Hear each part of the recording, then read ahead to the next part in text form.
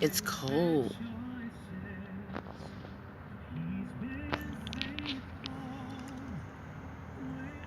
Cry. Okay, sorry about that. Today is, why is it a bad connection? Today is day 3 of my mom being missing.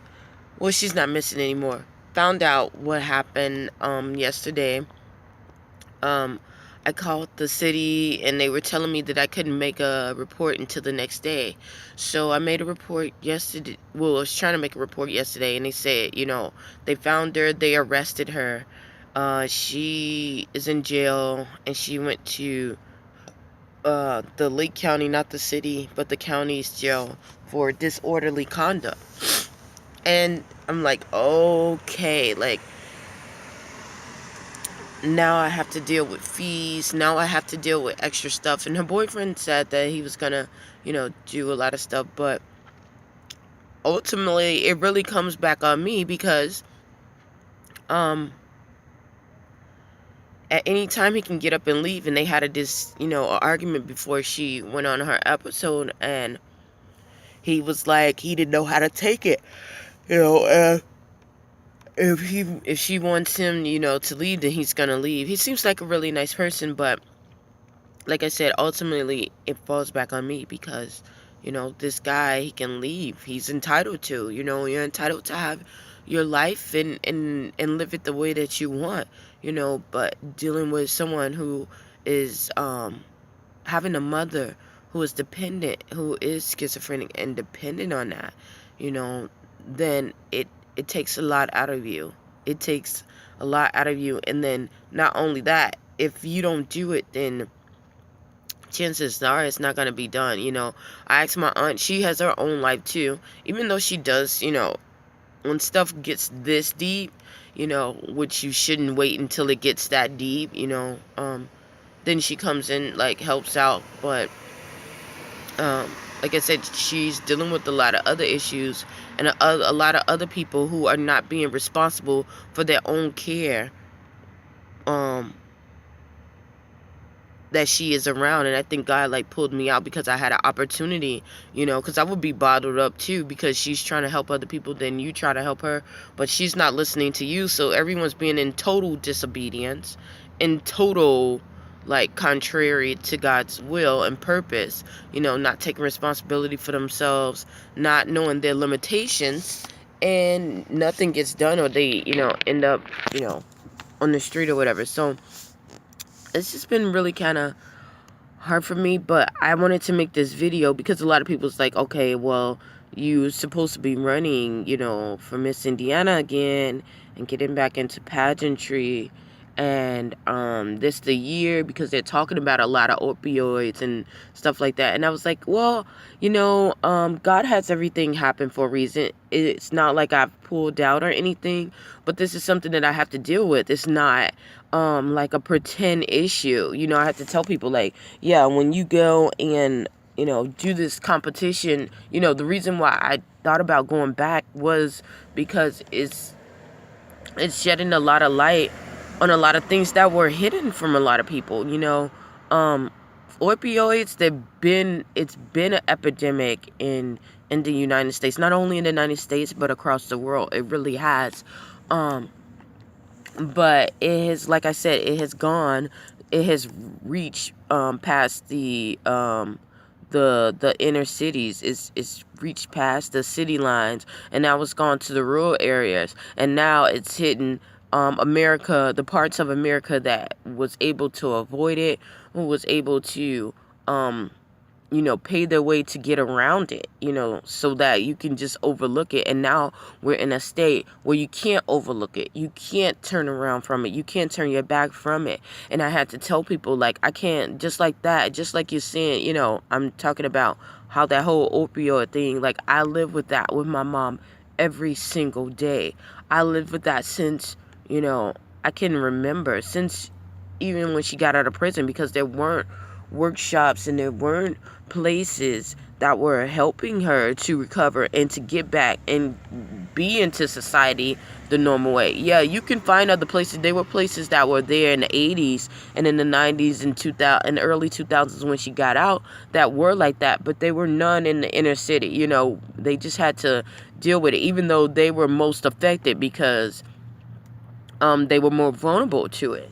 You know, if someone puts something in your face and, you know, you end up doing it and then you don't have the resources to get yourself back together, you know, it's going to take a minute for you to be stable, you know, and get back to normalcy. You know, with my mom, with her being drugged when she was, you know, in college at Purdue University in the 70s, like that took her whole life. Now she has to be dependent on drugs to keep her mind stable, keep that chemical balance, you know, but it doesn't have to be like that for everybody. So anywho, it's just really just bothering me a lot. But yeah, I had to tell them, like, I need to take care of this. I need to plan, you know, and take care of this. It's not like I am saying I'm quitting or anything like that, but it's things I need to do. And it's just a minor, like a minor pinch. You know, it feels really big, but it's a minor pinch, and I know that I will be able to recover, and I will be able to get over it. Not get over it like as you see it, you know, I will be able to become better by it. You know, this is something you can't walk away from. It's not a toy. You know, everybody thinks, you know, it's good to hop on that whole bandwagon, but until you live it, and then you understand the magnitude of it. You know, I believe that God gave me the gift, and he gave me actually what I asked for, because I really did ask when I was younger, what was my mom going through? Like, I want to see it. And I was able to see it. I was able to see it for myself, you know, dealing with that, dealing with my mom. It looks so bright in the background. It's really, really dark out here. It's so crazy, but I do get the brighter on. But, it was really, really hard. It was really, really, really, really, really, really, sorry about the connection. It was really, really hard, seeing it firsthand how people... No, I don't. Do you have cancer? Why you say I have cancer? Because of my hair? Oh, shoot. I'm sorry. I wrap my hair up a lot, so it's really, really crazy, but I don't have cancer. No, you know what? It's so funny. When I was like in the 4th grade, a lot of people, because I'm talking about God. What? Can't you talk about God without having cancer? Anywho, well, this thing is about, if you look at my platform, you'll see what this is really about. It is talking about me running back for Miss Indiana. Yeah. I'm talking about how my mom, what she deals with schizophrenia, and how I have to deal with it. Yeah, that's kind of weird. But thanks for that. I guess it threw me off and it made me laugh about it. But thank God I don't have cancer. I will never have cancer in his name. So rebuke that. Actually, I got some hair growing on. God is their last hope, but since you are fine, I don't even know, dude. But yeah, with my mom, it's really hard. People try to get you with these setbacks. They try to throw things in your way, and you have to say, you know, I can make it. I can outlive it. You can recover from dealing with schizophrenia. You know, you can definitely make it. And dealing with, and having a parent who well, I have 2 parents that have mental illnesses, so it's like the people, they try to say, you know, your chances are elevated if you have 2 parents, but actually it goes down after like age, I want to say 7, and it goes down even more when you're like 20 something. So it was a high, after that it was a high probability that I wasn't gonna have it. But dealing with parents like that, you really have to be careful. You have to it's like having kind of like a kid sometimes, you know. Once they take their medication, my mom is really, really good. But, you know, since she has this issue and she is currently locked up right now and all this, you know, the people who were supporting me, some of my sponsors and some of my team, they don't really understand the whole opioid crisis and having a parent that deals with it. So they're like, you know, you need to step back from it and just let her go. And it's like, no, I'm not going to leave my mom. Um, I'm not saying that I'm going to take all her burdens up on me. No, I'm not. But there are some things that she just cannot handle, and she needs that support. She needs to know that she has someone in her corner. So that's the time that I thought about it, and I was like, okay, I'm going to make the effort to let her know that I am here. You know, I understand what it is to be like when you don't have people in your corner. You know, going through the pageant the first time, I didn't even really think that I was going to win Miss Indiana. And because I didn't really have, I had one person that was in my corner who knew a little bit about the pageantry, and then plus I didn't have the backing that I thought I was going to need it. So, yeah, it was just weird. It was crazy. Um, so, Gliss, I'm sorry, can you say that again? Does my mom take what? Did you say amino acids or something?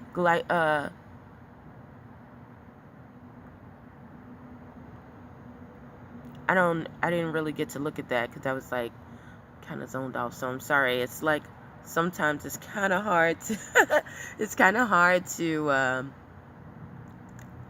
see some of it, especially when I'm in this car. I just got finished serving, so I go to the homeless and, you know, talk to them. After I exercise, I come out and I talk to them. Sometimes hand out supplies that, you know, is needed. So yeah, that's why you see me like this and all that. And I guess I look like I have cancer. Sort of meds, but safe to use. It's just a day.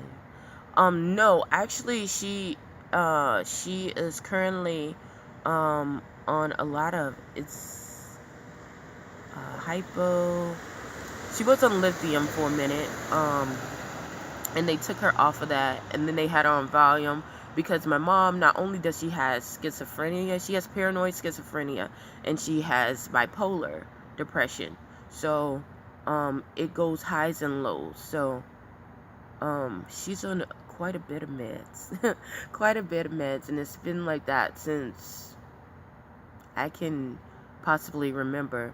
I think that's one of the things that kind of it hurt me inside because I wanted to bail her out because her bill is only like $700, but my family is really like my family is rich in spirit, but they are very poor. Okay, my dad's family is still in Haiti, and my mom's family is in Gary, Indiana, so they're not having money like that, you know. So me working, most of my funds go, you know, some of it goes to myself and help others, but most of it goes to my family. So yeah, so I thought about it and I was like, I'm gonna get her out, but then I had to think about, then try this or ask your doctor about it. It's very cheap. Hey, maybe so. Maybe so. Thank you for the comment. I might definitely look at that. There are a couple of things that I thought about getting my mom weaned off of, because some of the medicine, they do have adverse effects, and I've seen that during the years. Like, she will have an episode because the medication is too strong or affects her in a different way, and then, you know, it's so crazy because our judicial system is like that, you know. In the Americas it is, but, you know, like in different countries when I travel it's different. But even if she acts out and she's on her medicine and and they find out it's because her medicine, you know, they still will lock her up, you know. So yeah, but anyhow, so I was thinking about getting her out, but I had to think about it, like, if I get her out and she goes back with, you know, her boyfriend and they try to live a normal life, if she doesn't take her medicine, it's the potential of endangering someone, you know, because I can't be around all the time, especially right now with me traveling, me working. I'm coming in and out. I'm flying to different countries, speaking. Sometimes it's a little difficult. So, yeah. That's about it. But I definitely will recover. It's just like a freaking muscle. Sometimes. Okay, so people, does she understand what's going around her? Okay, sometimes she understands what's going around her to an extent, you know? And that's kind of what, schizophrenia is. Sometimes you can't, dictate what is, in the third dimension or reality and what is not. So that is what she has. She can't tell the difference when she is non-medicated, you know. Even when she's medicated, sometimes she can definitely tell, but she's not as with the paranoia, with the feeling like someone is coming to attack her, you know. Yeah. So that's back to why I didn't get her out, is because she didn't, I didn't know if she was going to be able to be balanced with the person that she's with. And if she's in that right now, which is taking up a lot of funds from the state to do that instead of having, yes, you're correct. So, yeah. So I just said, you know, let her stay in there until she gets rehabilitated, and then we'll take it from there. But like I said, the people that I was dealing with the whole pageantry, they're like, you know, well, maybe you should just let it along and let her deal with it. Like, she can't recover that way. Like, I know that I will recover if I go and help her. You know, it'll take a little bit of time. It takes a little bit of extra time, but I'll be able to get back on the campaign, and I'll be able to do what I need to do. Like, don't just sit there and count me out because of that. And you want me to count out my mother? It's almost the same thing. You want me to count out my mom because her issues, you know, and saying that I can't make it. I've made it so far with having both parents, you know, before my dad died, having both parents, you know, with mental illnesses and dealing with that. I went to college, you know, I graduated from college. I went and traveled the world so much, you know, in the presence of royalty. Like, I've had my opportunities. You can live a life and you can recover, and you can do anything that you really want if you put your mind to it. It takes a little bit more planning. It takes a little bit more work. Yes, it does. It takes a lot of work. It takes a lot of work to do anything that you're passionate about and you want to do it at a high level. For me to go out and serve people, it takes time. It takes up more effort than to get up and just serve myself. You know, I could come out here and look like a Barbie doll every freaking day, but I have to make room for stuff that I need, that I want to grow, you know. So yeah, I don't want to get, because I've gotten on like a long tangent, and I don't want to get too far. Thank you for visiting my page, I guess.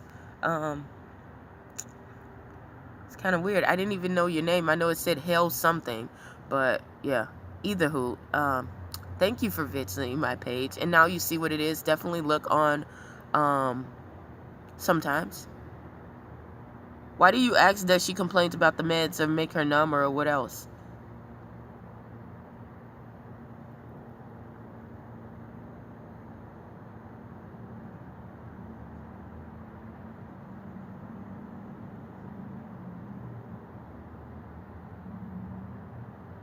I don't know. Okay, well, hopefully you type back before I get off of here. Because I definitely want to hear a little bit. But you can definitely email me. It is on my page. And take some time to look at the links provided, and then you'll see what my page is about. Either way, thank you for tuning in. Hopefully something I said or done will help you on your journey. And whatever thing that you're facing, you can make it. You really can. You might get knocked down. You can get right back up and recover from it. So, hopefully something I said or done will help you on your journey. Stay tuned to Journey to Jerusalem.